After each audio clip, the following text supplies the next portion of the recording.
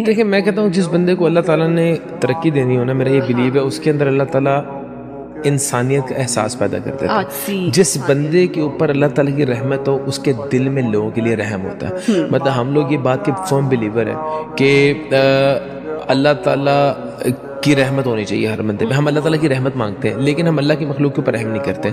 हम अल्लाह ताला से माफ़ी मांगते हैं लेकिन लोगों को माफ़ नहीं करते। तो हाँ। मैं ये कहता हूँ जो आपकी एक्सपेक्टेशन अपने अल्लाह ताला से है तो मखलूक के साथ वो रवैया इख्तियार करें। हुँ। मखलूक को माफ़ करें, उनके लिए आसानियाँ करें, उनके लिए नरमी करें, उनके लिए जो है